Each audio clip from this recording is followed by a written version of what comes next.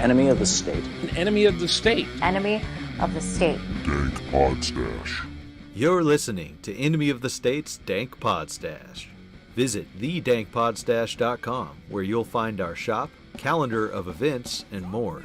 Become a patron or BitBacker and join us in our private Discord server where you'll have access to live shows and post-show Q&As. Business owners, you can advertise on the Dank Podstash, reach a larger audience, and make more sales. Just email us at dankpodstash@gmail.com for more details.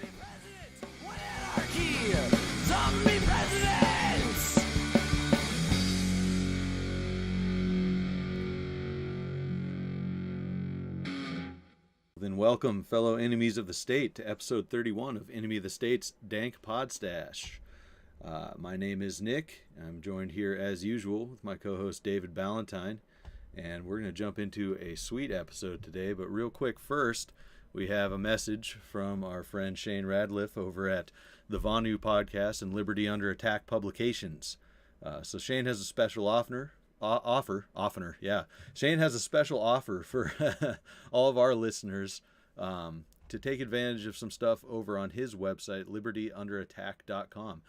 You can take 10% off your orders there using coupon code DANK10.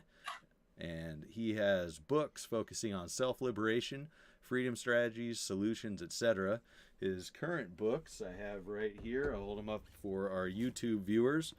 Shane's own book, Vonu, is a strategy for self-liberation, the Sedition, Subversion, and Sabotage Field Manual #1. You got hashtag Agora, which is a novel. And then we got Second Realm book on strategy. So check those out on libertyunderattack.com.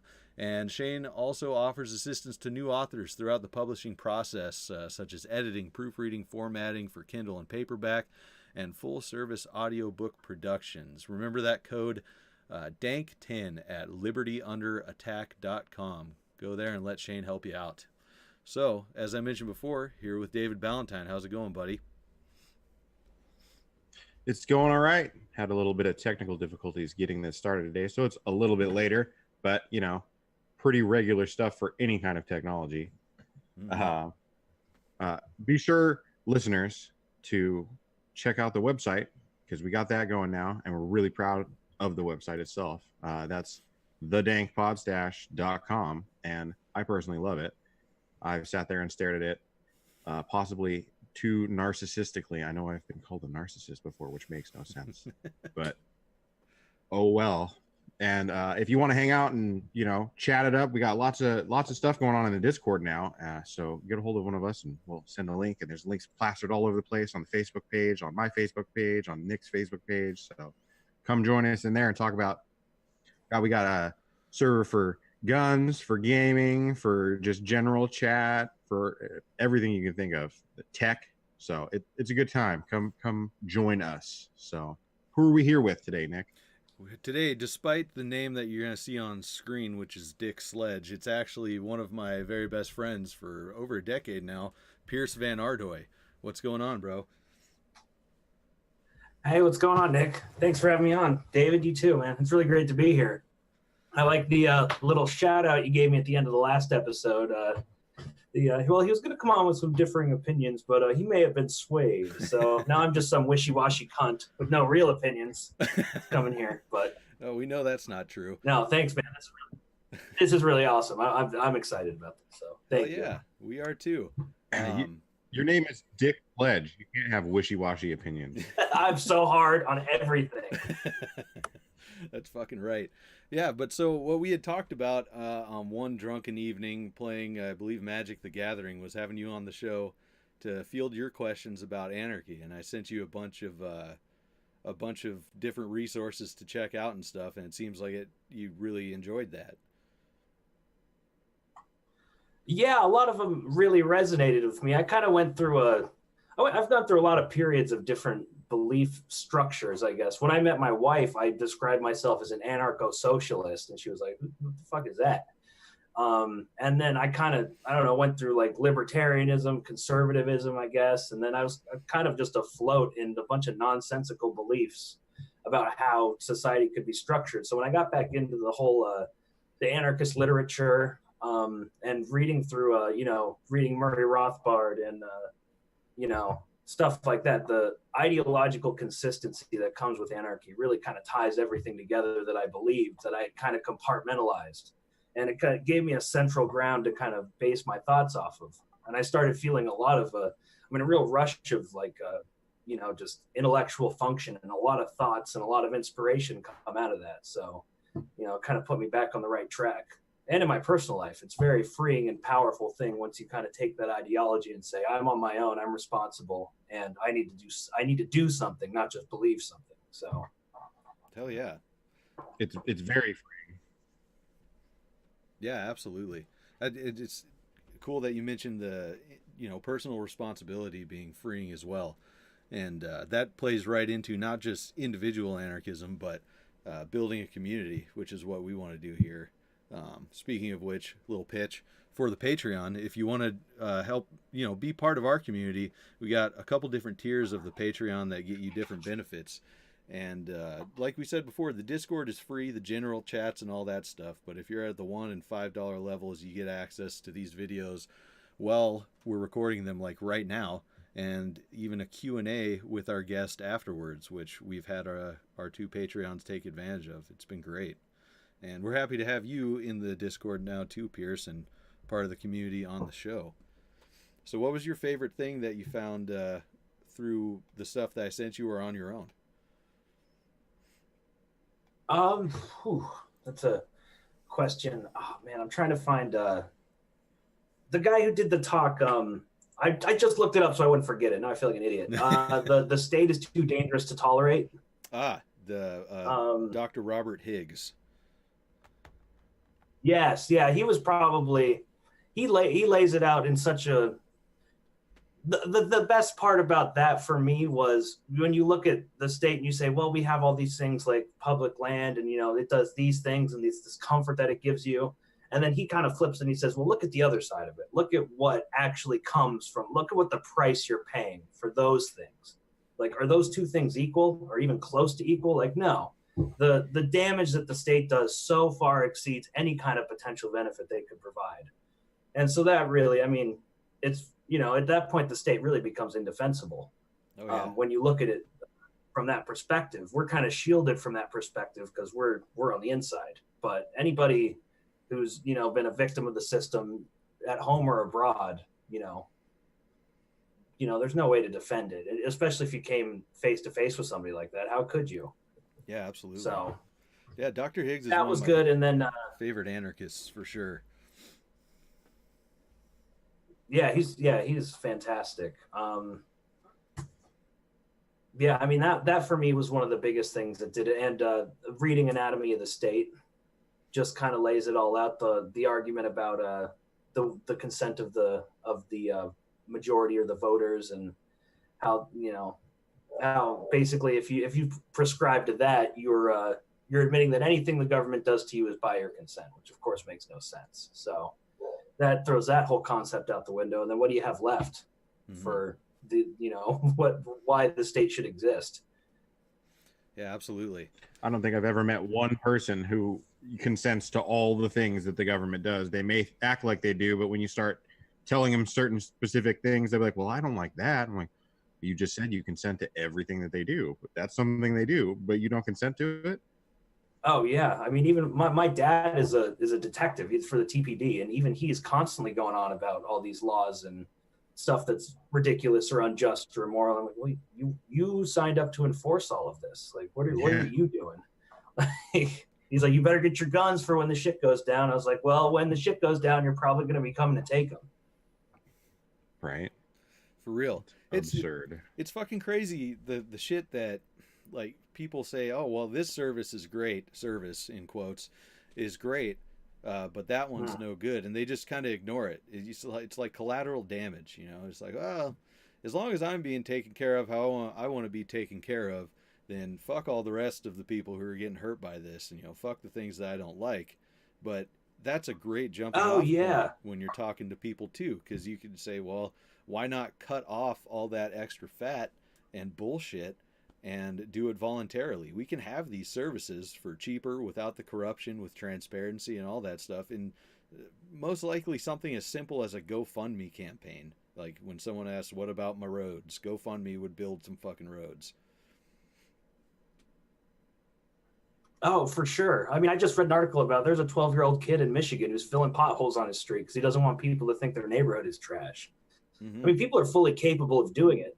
The problem, and people do it. It actually happens all the time. The problem is this: the state has put up this kind of smoke screen to make it seem like any kind of advancement in a community is done through them. You know, any kind of charity happens through the state, any kind of welfare, all of that has to go through the state. And, you know, and then they put laws up to punish people for trying to circumvent that and just directly be charitable. Like I was telling you last night about Thanksgiving, I had that deer I wanted to just donate. You know, I was here alone for Thanksgiving, and I couldn't find a single place that would take it. They're like, that's illegal. We can't take any kind of hunted meat or anything. Mm-hmm. I'm like, I've got a whole deer here. This is 60 pounds of meat. I could feed 200 people with this. Like, nope, sorry. You got to buy it from the store. I'm like, all right. And if you went out on the street with it, you might have the police come and put bleach in it. Oh, yeah. Or like they did with the Black Panthers in Chicago, and they'll come in and urinate on it and smash it. Yeah, they're really helping. Yeah, those brave men in blue. Yeah, that's absolutely true. If they don't like the way that you're going about it, pretty much if they're not getting their cut, and even if they're not getting a cut out of it, if they're not getting their recognition or whatever through their channels, then they're going to shit all over it. It's just one of many ways that the state is attempting to make everyone reliant on their organization. Yeah, I mean that you eventually start to see that that's essential for it. If they don't create this kind of reliance, then people are going to fall away from it and be like, well, why am I culpable for providing into this? But so they got to keep it in your face, and they got to keep everybody else out. There was a time that most people were completely self-reliant and didn't want anything to do with governments or the state. It was like a dirty word if a government, representative came around. They didn't want anything to do with that. Leave them alone. And they spent a long time making sure that everybody was, under their thumb and needed them. And they don't want to get rid of that. They'll fight, tooth and nail to keep people from backing away from them. Yeah, Yep, absolutely. It's a hallmark. Kind of starting to see that now. There's a lot of, have you guys been seeing a lot of this anti-vax propaganda, or it's just seemed to come out of nowhere. But I've noticed a ton of it online, and even I've seen billboards about vaccinations, but now there's a lot of people that's starting to build support for mandatory vaccination laws. And you try to talk to people about that, it's like, well, it's a public health concern. And a lot of things are done under the guise of public health. And it's like, oh, like that's a terrible road to go down, letting the government directly into your body. Yeah, absolutely. It's fucked. And it's pretty scary how much support it's gaining. And so now people are even on the thing of, we need the government to keep us healthy. Like, we need the government to keep us from getting sick, as if that's something that they could do. Yeah, it's ridiculous. And it's, there's rabid people on both sides of the, pro-vax or anti-vax argument. And the most reasonable people I've found talking about it, they don't really care what other people do as long as the state is not involved in it, like you said. So that's the most reasonable stance. It's up to you to do your own research on anything that's going to be put in your body anyways. I don't know why anyone would trust someone just because they have a doctor in front of their name or whatever. There's plenty of research you can do out there. You can get the ingredients list. You can look at studies, all kinds of stuff. And whether or not all of those are reliable, who knows? But it is what it is. Yeah, I mean, with information like that, it's a crapshoot. I mean, you just sometimes you have to roll the dice, and sometimes you have to go with your gut. Get enough information to make an informed decision. I'm not scared of getting the measles, okay? Like, I'm not worried about it just because somebody didn't get vaccinated. It's not even on my radar. Sure. So yeah, I don't know why so many people are hysterical about it. Well, I do know why, but you know, it's like most things when it comes to this. Yeah, for sure. You speaking of hysteria and government synthesized hysteria, what you had something about eco-fascism, about the whole Green New Deal, all that crap. What are we looking at for that? Yeah, well, this is something that's really scary to me because it's gotten so much traction, and in my day-to-day life, I talk to people, even people who consider themselves conservative, right-leaning, whatever, and it seems like everybody's bought into this idea that the world is going to end at some point pretty soon. And you know, it may not even be a majority of people, but there's enough of it out there to where the debate isn't even at like, let's look at the science. Now they've already coined the term denier. They've already coined the term climate denier. So we're already past the point of debating this out in the public sphere as far as most people go. And this data is all based on studies done by the IPCC, which was created by the UN. So I don't think I need to convince anybody here that anything comes out of the UN is just going to be a grab for more power, totalitarian power to consolidate across the world. And the studies are really dicey, and the climate models never pan out the way they say they're going to. They have to adjust all of their information to even get it to fit into their models, and then they don't even get the right thing out of it. Sure.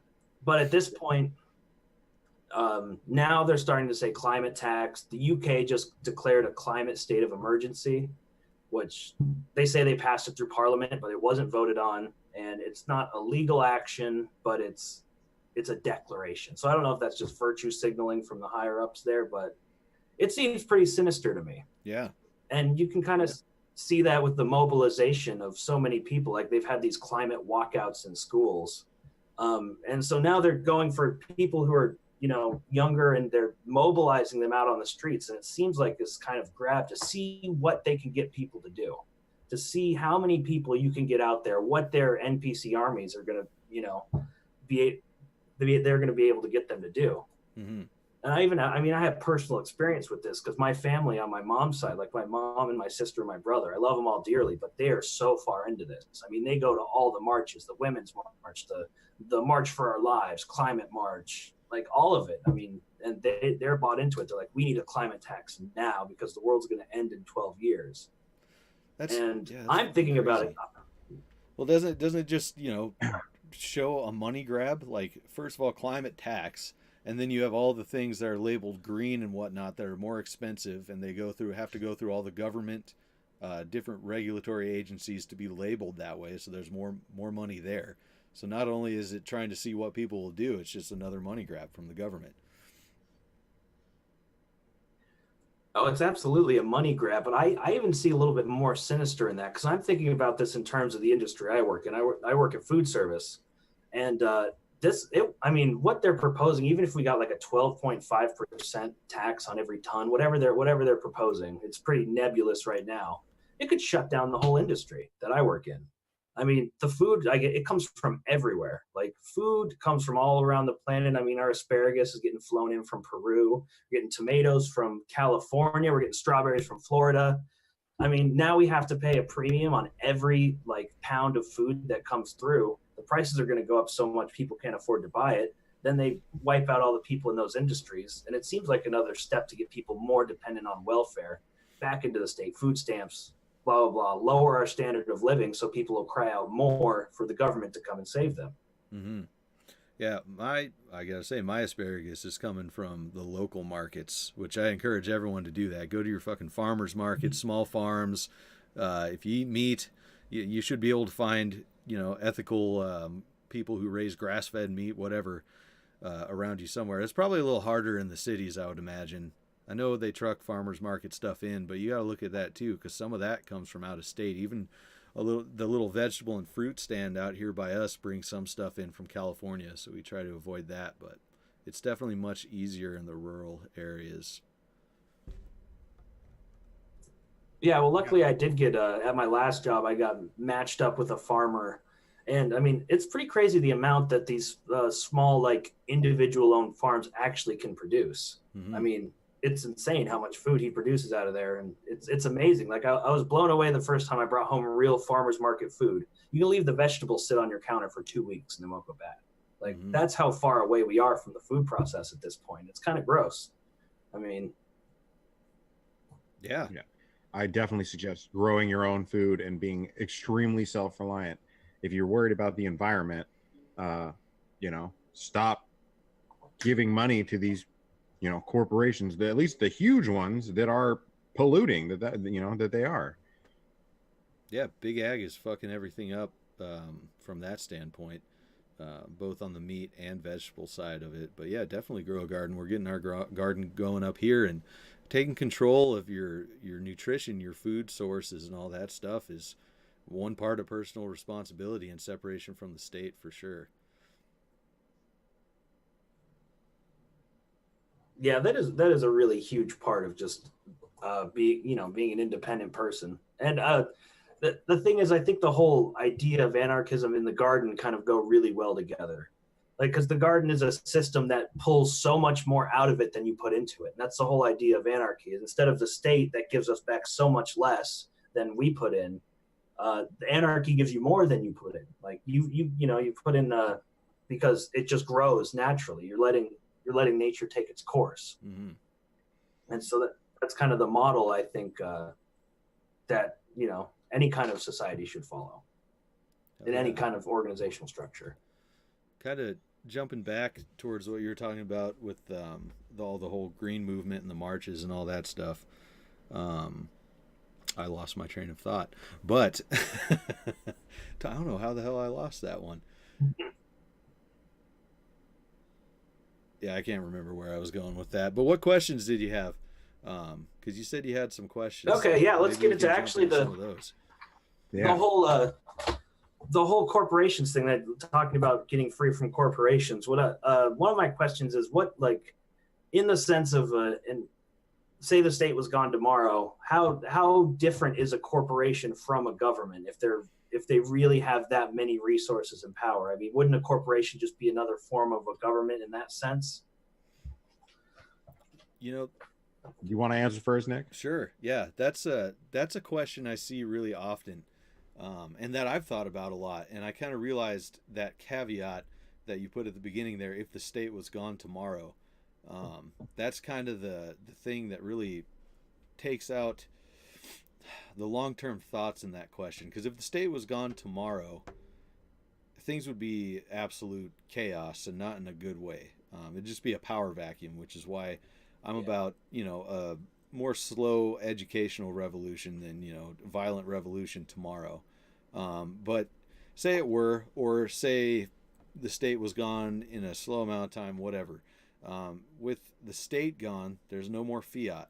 So if the corporations, fiat currency that is, so if the corporations haven't if they haven't stockpiled a ton of weapons and amassed their private armies and hoarded all the resources they need to remain in control, if they're completely reliant on the state's brand of currency, they're not going to be anything anymore. Yeah, if the state was gone tomorrow, the corporation wouldn't necessarily be there either, unless, like Nick said, they have already prepared for it and have their armies and everything set up. They wouldn't have money. They would have assets, sure, but they wouldn't have, their employees wouldn't, stick around and do that. Maybe a few like higher ups might try to do something, but there would be nothing. It would be an empty shell. There would be nobody to protect them except for themselves. And most people are going to go worry about their family. They're not going to be like, well, my Mick business over here, I gotta protect it, even though it's going to do absolutely nothing now because there's no money and everybody's looting everything and burning buildings down. But man, I got to keep running this corporation. So unless they were already prepared for no government and ready to just take over as a government, I don't think they would have any power at that point. As far as if it was gradual, what would keep a corporation from becoming, a business becoming a what we think of as a corporation now, and then like getting too much power and controlling everything? Well, there would be lots and lots of competition, and if we need more, as terrifying as it is, and I don't even know if it can exist, but informed consumerism. So people, this company wants to take over the planet, and control us all. Let's not, give them anything. Let's, boycott them. And, what are they going to do? They can't do anything then. Are they going to force it down people's throats? They're going to get killed. So, yeah, it's not at least in my opinion, that's what I think. It's not going to benefit them to be, predatory in that sense if they want to keep a business going. And if we're talking about, the Infinity Gauntlet snap, government's gone tomorrow, that's just a huge economic collapse. So there'd be most everything that we would think of as corporations and all that stuff would be gone anyways. There's a really great book called Patriots by James Wesley Rawls that talks about an economic collapse in the U.S. And it's pretty right wing. Like his perspective is pretty right wing, and he ends up, in spoiler alerts, ending the book with electing a libertarian government into place. But it's a really good example of what would happen during an economic collapse. And there's just, people are going to stop going to work until they don't get paid, or until they're going to stop going to work as they don't get paid.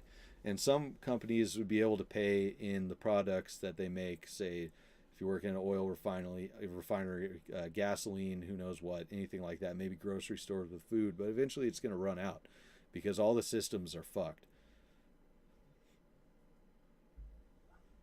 That's interesting. That's a really good perspective. That's an angle that I really hadn't thought about. Obviously, the hypothetical state being gone tomorrow isn't coming our way. So that might have been a bad way to phrase it. But yeah, I didn't think about that side of it. The way I always thought about it was, well, why these corporations only get so big because everybody else is restricted from entering the market anyway. I mean, there's no such thing as a mom and pop oil shop. Like, you just can't have it. So yeah, without the state, they wouldn't be able to have these huge, monopolies and control over the marketplace. So they wouldn't be able to get as big. They would have far more competition. So yeah. All right, and let me see what another question I have. I guess the biggest one I have, this is a really end game kind of question, but like, what would conflict resolution look like? Like I think I brought this up to you before, the problem of a river. You share a river, and there's a bunch of neighbors, and one guy, say he just starts shitting in the river, and whatever's happening, it starts killing the plants, the crops that you've placed along the river. Your kids are getting shit on them when they're taking a bath in the river. Like, how do you solve that? Like, how do you solve those problems? Go first, David. You want me to go first? But I'm not for the Mick police. You go first. I don't. Okay. I'm going to go out in the woods by myself, and everybody can fuck off. Nobody's coming near my river. So first of all, if I want to shit in my river, I'll shit in my river, and y'all can have your Mick police. I'm fine. Well, okay, so it comes down to how you're going to interact with people, and the main message of the Pod Stash and reasonable people everywhere is interact with people better, be excellent to each other. So if you got someone being a dickhead, it's like now I live out on a 5-acre plot, and there's a lot of large acreage around here, and when someone's being an asshole, you just go talk to them like a neighbor. You're like, look, this is disrupting my daily comfortable life in a way that is unnecessary. Can we find a way to work through this? I would prefer handling the problem all the way up through violence myself, but I think arbitration could be a thing. Like, if we were going privatized, there could be private courts and all that system that the ANCAPs like to talk about, which I don't necessarily see as a bad thing until they start getting paid on the side, because things aren't transparent enough to make rulings in one sway their rulings one way or another. I have been listening to a lot of podcasts and reading a lot about evolutionary biology and psychology lately, and I really like the organization of hunter-gatherer communities where everybody knew each other. Everyone. It's a whole society built on being healthy with not only their physical selves, but their interactions, how they interact with each other. And it can be taken a step further to how you interact with different communities through each other. Community arbitration would be a thing. And you don't want someone who's a part of your community to be a piece of shit that's fucking up the whole community. So exiled, that kind of stuff.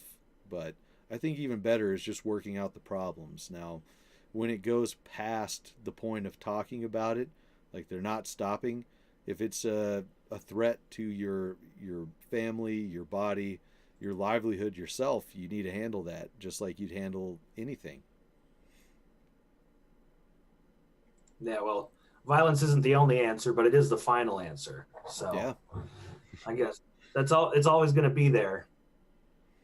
absolutely. But yeah, that makes sense. So it's basically just building up social structures to replace whatever how we view enforcement now. I mean, it's really everybody's got to be personally involved with the structure Sure, that's the way it of should their be. neighborhoods. Person to person stuff, and Decentralized power. yeah, absolutely. And it's, I don't know why people think that anarchy would be a utopia. Like if the majority of people were anarchists, why it would be a utopia? Because I don't believe that anybody like that. 100% of everybody will be an anarchist ever. And I don't believe that just because you're an anarchist doesn't mean you're not going to have disputes with other people. There's going to be shit that needs to be handled, and not necessarily non-violently. So it's that one thing that's good about, I guess, the non-aggression principle is proportional response. Because this guy's fucking up and sending toxins down the river your way. You don't want to just walk up to him and shoot him in the face for doing that. You want to try to de-escalate, figure something out. And if you're going to take an action like that, you might be fucked in the first place because he might be ready for someone to come after him that way. So it only benefits everybody to try to find a better solution before moving straight to violence. Yeah, absolutely. I don't think anybody wants to end in the endless violent feedback chain, Yeah, which could very easily happen if that's where you took it right away.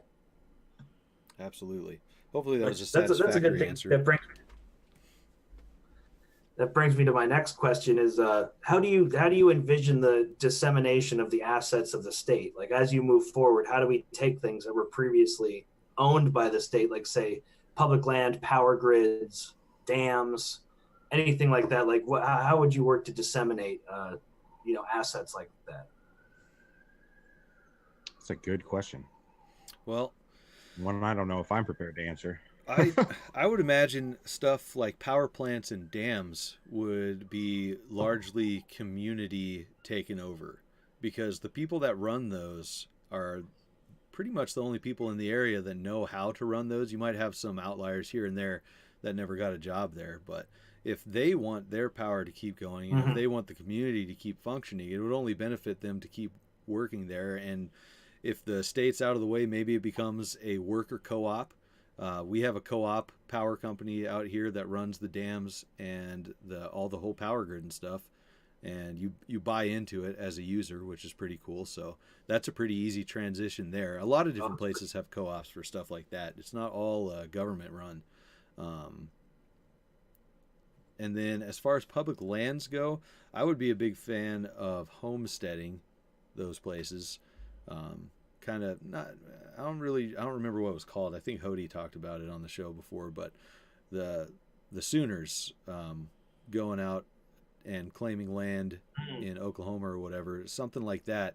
But my question that I had for him too was, what about like the beautiful national parks and stuff like that? We don't want, like we said before, the MIC corporations going in and staking off all their resources and denying people access to stuff that I think everybody has a right to see and experience and enjoy.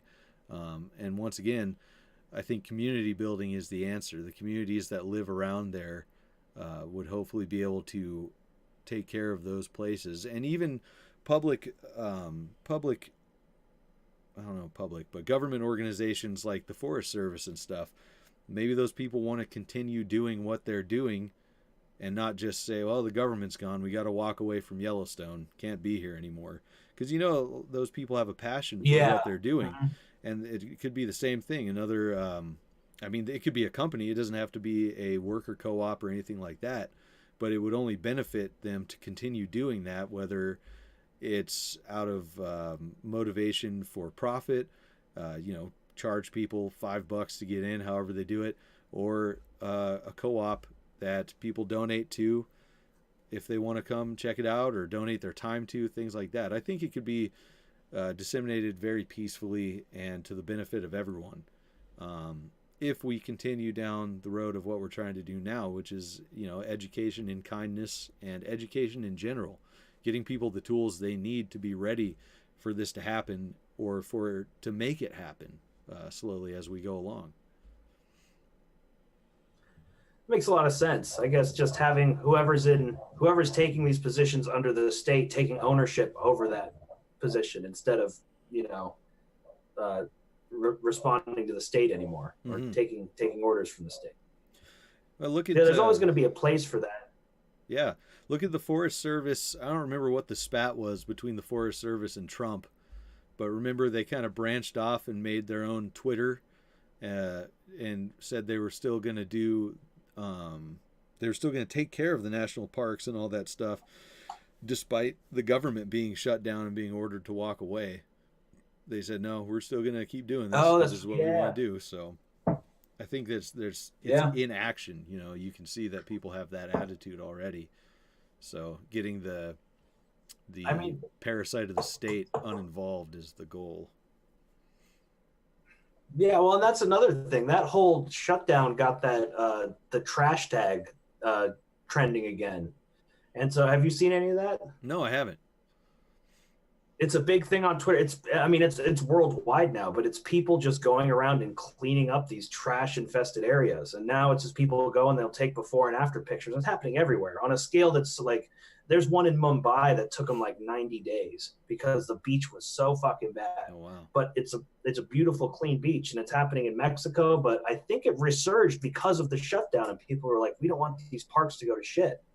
And so people started moving into the national parks and saying, we're going to start picking up the trash because we don't like the fact that these parks are getting trashed now that there's no enforcement here. Mm-hmm.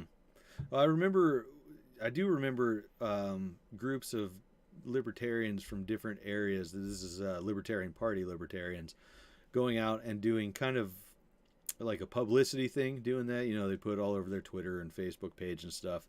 So I don't know. How I feel about the Libertarian Party.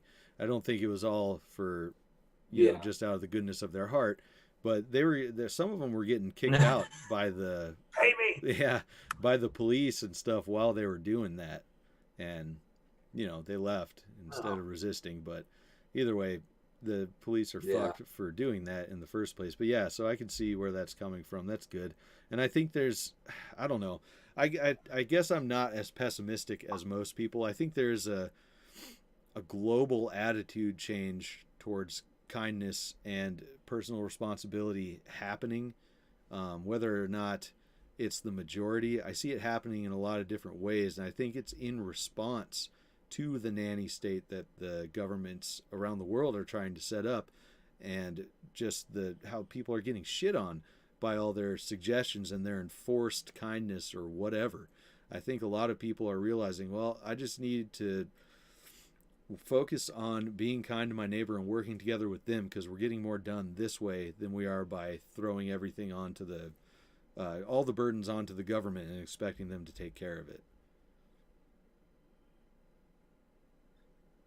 Yeah, that's an inevitable lesson for any part of your life. Anybody who's ever, had their life in danger or, lived in a shitty neighborhood knows that that's not, you can't rely on the government for anything. Mm-hmm.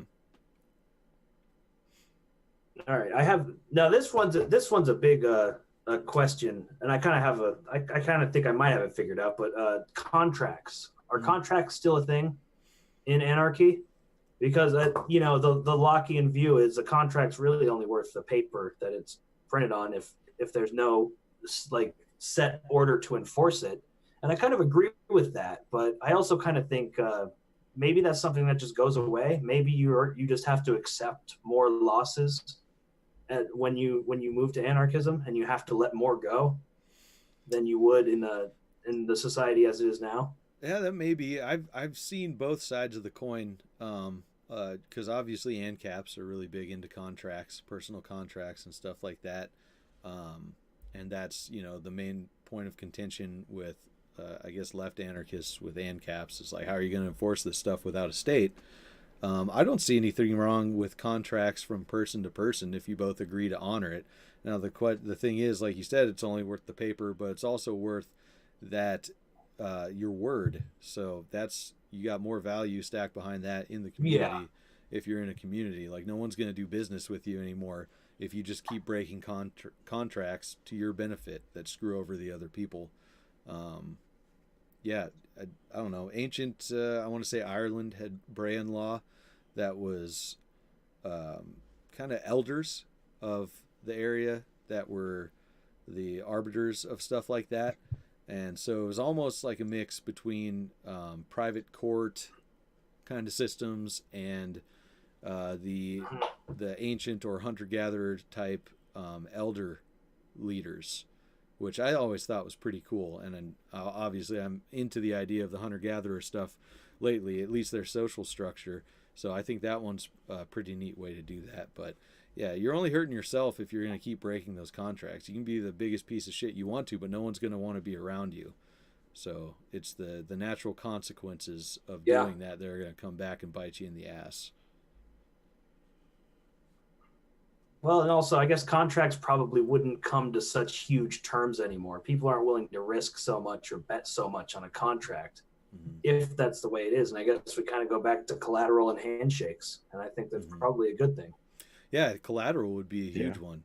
Because, big businesses probably aren't going away. I seriously doubt the world's ever going to revert back to small hunter-gatherer tribes that interact with each other and stuff. Like, we're here. We're in a new age of technology that's just advancing super rapidly. That kind of stuff's not going to go away. We have global instant communication. So we're gonna have to find some way to do it without government if we don't want government. And collateral is a great way.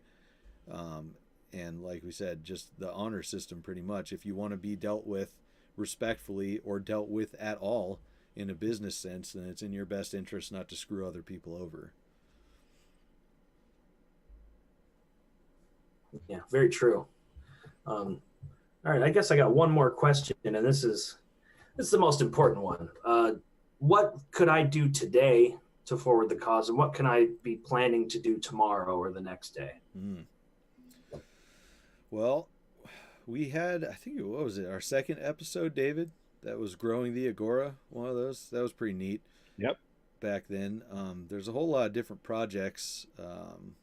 I don't know how extreme you want to go, because there's stuff like seasteading that David got into, but then there's a guy, what was he? Is he off the coast of Thailand that's looking at the death penalty or something for seasteading out there? Yeah. Jesus Christ, for why? For trying to live on the ocean. Encroaching on the Thai government's property, in quotes, I guess, is pretty fucked. But the thing that I am finding to be the most effective is to make myself the best person I can be with these philosophies in mind, and being kind to others, and grow my own sphere of influence, starting at me, with as being as self-sufficient as possible, putting out principles and kindness, offering help where I can. Speaking of which, and community building, and with all this, we still are, I think, about $1,500 short on the fundraiser for Daniel Johnson's son's medical expenses. So we'll put that link in the show notes too. And that's amazing. That's an amazing thing that I think less than 400 people have donated, and we're already at like $5,300, plus some other businesses that are getting in on that. So just things like that, helping out your community, whether it's online, around you. You were talking about food and getting out of the government's clutches as far as bringing people food. You start a community garden, because that's going to benefit you and the community, something like that. It may be annoying to some people, but I talk about this shit everywhere I go, to everybody I meet. So getting the philosophies and the ideas out there in as many ways possible is great. I know we love using memes to get that out there. Memes are just that a spike right into someone's brain, that seed of, well, maybe I should think about this a little bit more.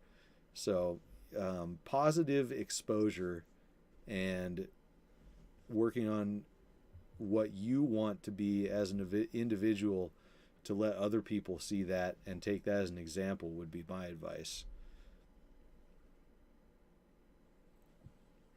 Yeah, it definitely starts with the person. Sorry, I've been so quiet, everybody. I've been over here fighting with the YouTube stream, and I still can't get it to work. So I've just said, fuck it.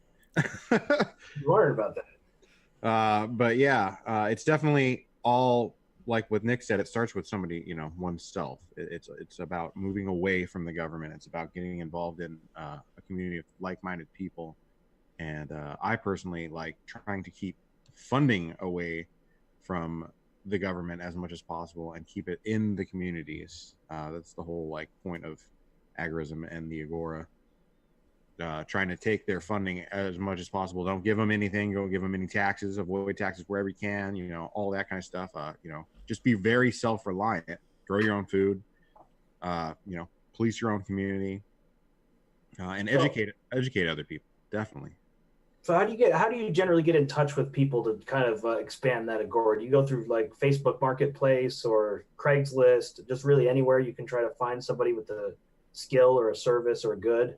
Yeah, a lot of times I unwittingly get status to give me money that'll never go back to the government, because I use and have used for quite a while Facebook Marketplace and various other social media marketplaces like that, where I'll give them a product and they don't know that I'm an anarchist. I have profiles that it's not all anarchied out, and I'm like, here, I'm selling you this table I refurbished or belt or whatever, or here I've gone around all these garage sales and found a bunch of useful stuff and fixed them up, and now I'm reselling them, and they buy for me.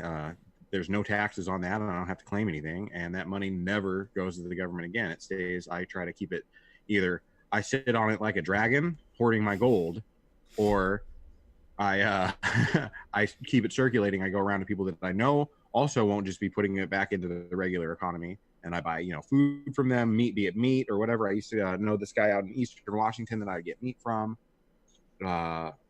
just anything like that. Lots of people just say, oh, it's just a bunch of drug dealers. That's what agorists are, and I'm like, you guys have no idea what you're talking about. Because I certainly sell and do a lot more than any kind of drugs. And people are putting together, I know Hody is working on getting together a list of agorist or anarchist businesses so that he can get his money to as much of it as possible to people who are engaging in black and gray markets and whatnot, and like David said, choking the state out financially. And we were messaged from the page, and I'm sorry, Brett, if you're listening to this from agoristnexus.com, we got to add our listing on there for the Dank Pod Stash, but free shout out to agoristnexus.com. That's agoristnexus.com, listing different agorist and anarchist businesses on there. So once again, I think it comes down to community building, figuring out who. Yeah, so it is kind of hard because you have to kind of be into that community in one way or another, which is something we're trying to foster with the Discord. If you're not on Facebook and stuff like that, and how Agorist Nexus is trying to make an actual YouTube. And then there's like Telegram and all kinds of other encrypted chats where a lot of people do a lot of this networking as well. Okay. Yeah, I didn't really answer your question very well. It is difficult to find, those kind of connections, and it just takes some digging. And I found a lot of people through social media and the internet and different forums. Not necessarily Facebook, but they're out there. You just gotta put out some dog whistles, and people will notice. Mm-hmm. Yeah. Luckily, the industry I work in, we're all degenerates, so it's not hard to find people who want to circumvent any given structure and try to build something. So, speaking of which, that's a good way too. If you kind of just drop those hints in your dealings with people who aren't necessarily official state sanctioned businesses, you find a lot of people who are very happy to go the gray or even black market route and just avoid it. And that's a good way to start not only the community, but building your network outside of the government's, tax scheme. Yeah, that's good. Well, if anybody's listening in Central Ohio, look out for that, because I'm gonna be looking for you. So. Hell yeah. Well, that's awesome. That really, I guess you guys kind of just condensed a lot of knowledge into me real quick. So I appreciate that. Hell yeah. Hey, you we're said all Nick. it's all of us here. You said you spent some time on the Anarchy subreddit, and I had never been on there. I wanted to talk about that a bit. Oh boy. Oh Jesus. Okay, well there's a bunch of them. It's the Anarchy one's pretty much inactive now. Of course, now that I became a mod and everything, now nobody goes on there. So there's a bunch of weird ones. There's like anarcho-capitalism, which is the most active on that side of it. And then there's anarcho-patriarchalism, which I didn't even know that. Is that even a thing? I've never heard of that. I don't know what that's about. And then there's the anarchism subreddit. So that's the community. And then there's complete anarchy. And mainly the main theme of them is like behead anybody who has wealth, and then we'll just take it and give it to everybody, and then we'll all be good. Oh boy. And I went on the anarchism one, and they just apply all these things. Like anarchy is about eliminating all hierarchies, including the family, eliminating speciesism. So you basically have to be vegan to be an anarchist. You're not allowed to have wealth. Just all sorts of nonsense. And it's like super radical commies. And even there's some Soviet tankies on there for some reason. Gross. So nothing to do with anarchy at all, just identity politics. Yeah.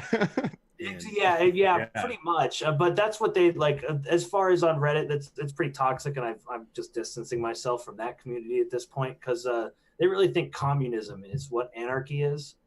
And then I got recommended Conquest of Bread by Kropotkin, whatever his name is. Kropotkin. Kropotkin. Yeah. And one thing, I don't know what it is with communists and bread. They're always talking about bread for some reason. Like bread's the worst. They never have any. They want some really bad. They got to talk about it all the time. That's all they can imagine. That's as far as their pantry goes. It's a little bit of bread. Yes. That's the farthest I ever got with anybody actually trying to hash out some ideas. But my whole point was, if I can't be a capitalist and live side by side with you being a communist, then how are you an anarchist? Yeah. Mm-hmm. If you can't tolerate me living the way I want to live, and I can tolerate you living the way you want to live, like which one of us is really more of an anarchist?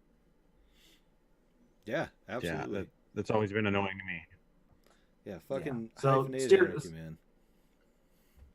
Yeah, I heard you say that in one episode. It's like just the hyphens are not important. Let's focus on the thing we all agree on, and then once we get there, if we can't agree on some way to live together, we'll go our separate ways. Mm-hmm. Exactly.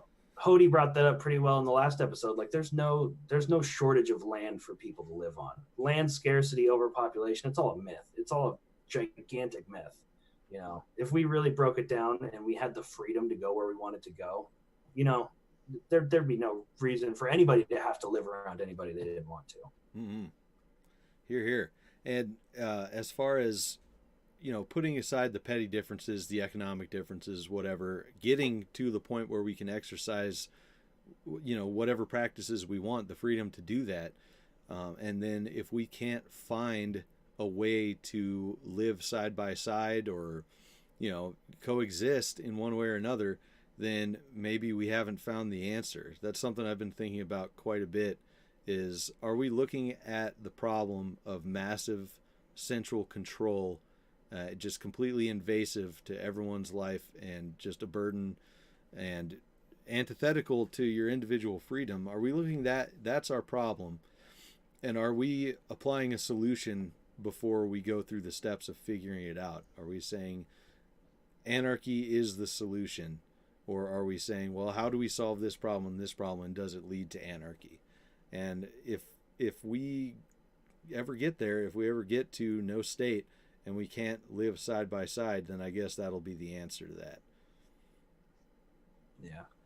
Well, I think that's what makes you guys unique, because as far as any kind of community I've tried to get into or anything I'm looking at, everybody's looking at the last step, and everybody's basing their whole anarchist identity on this last step. And at least the most vocal people that I find.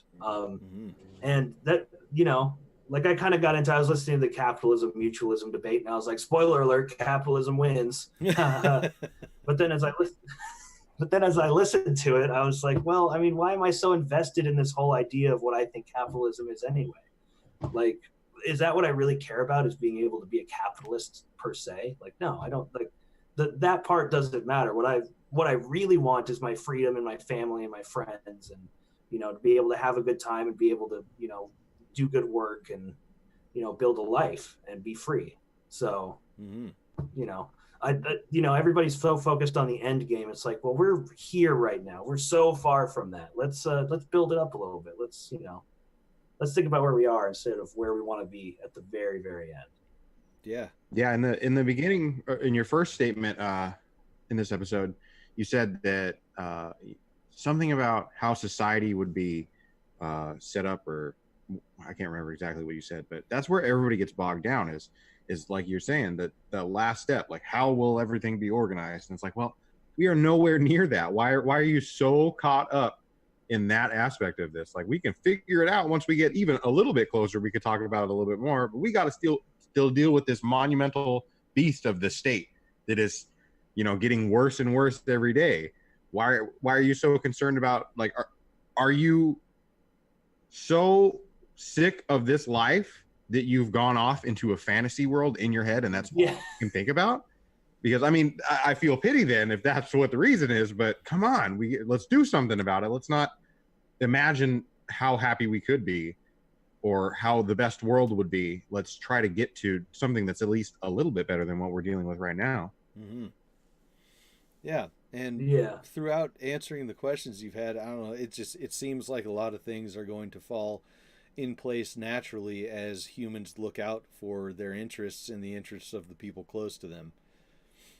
Because if you just let everything devolve into violence, you'd have to really sit back and not do anything for that to happen. Like, not even basic things, like doing your daily routine. If the government happened to not be there, you're still going to get up and find a way to feed yourself, to have shelter and stuff like that. People are going to do that throughout different jobs and in different places. It's going to happen, I would say, pretty naturally. And so the lubricant in that situation is just the education and the kindness and growing strong voices that we can put out there. And people do want answers. I think that's why a lot of people really grill the crap out of you when you're talking about anarchy, whether it's on social media or in real life with people. They say, well, how could this even work? And it's not a bad thing for people to want answers. Everybody wants answers. But to focus, like you guys are saying, on that end game is the problem. It's definitely annoying to get asked the same questions over and over, like, what about the roads? Who's going to build the fucking roads? But if you can answer classic, if you can answer that question satisfactorily to somebody, it's a light bulb that goes off, and it's maybe one more person that starts being better to themselves and to the people around them. So keep that in mind too when we're thinking about if people should be focusing on the end, and like, what do we do if this, because that, you know, it's okay to give people answers, but like we said, try to help them focus on something other than the end game. I don't know if I've ever answered the who will build the roads to somebody's satisfaction. They always move the goalposts immediately afterwards. So they're like, but who's going to build the roads? Oh, well, I don't really care about that. I'm just saying words. Move to Somalia. Yeah. Yeah, that's the one. That's just a classic, and everybody knows that question immediately. That's like their big stumper. So, well, the roads. I mean, I mean, if you live in an apartment complex, your roads are probably better than the roads you drive on out there, right? Like, people have an incentive to have roads. Like, maybe the guy at the end of the road is going to charge a little bit more for its product so he can maintain that road. Mm-hmm. Yeah, but what about our horrible failing infrastructure? But what about the horrible public schools? What's going to happen? I mean, oh no, anything but that. Our kids are all just going to regress to pre-human evolution if those schools go away. It'll only get worse. Well, I think we hit an hour, boys, and that was a really good one. Did we? Yeah. I think we're going to call it there. Really appreciate you coming on, Pierce. That was awesome. Yeah, man, I was really happy to be here, and I'm looking forward to hopefully contributing more to the community in the near future, now that you've reignited the spark in my heart. Hell yeah. So, well, you're not on Facebook. I think you've been banned for like 10 years now. Was your first banning? Yeah, they deleted your account. But I was freed from Facebook. They cut my chains off. I was able to run away. I remember that. 10 years. What? I mean, I could go back at any time. I just can't reclaim my previous profile, which is probably a good thing because, But so not a lot of the best things I've ever said are on there. If you want to welcome Pierce into the community and help him, if you're in Ohio, like you said, I know some people in Ohio that I interact with. I think probably exclusively he's going to be on the Discord as far as I know. I don't know if you're on any other social media right now. So look, motherfuckers, get in the Discord. We'll send you an invite link. Send us a message. Yes. We want you in there. It's a lot of fun. We're building some cool stuff. Coming up next week, which what is that, Mother's Day? Next Sunday, I believe. Mother's Day. Oh shit. Yeah, right. Remember, get your mom a present. That's Mother's a good reminder. Day, which is Sunday the 12th. We have the one and only Bexley Farnsworth joining us on here. That's going to be a cool discussion for sure. So definitely tune in for that. I'm fucking sorry. I keep forgetting to update the event calendar on the website. I'm going to get on that today so you'll be able to see everything in advance and be ready with your questions that you can give to us after the show in a very personal and awesome way if you're a $5 patron. So definitely check out the Patreon or the BitBacker and get your questions answered. Be here for the live recordings every day after this one that we record, and it's going to be fun. Come check it out. So, all right, dudes. We'll see you next time. Hell yeah. This was awesome. Hell yeah. Thanks again, guys. Yeah, thank you.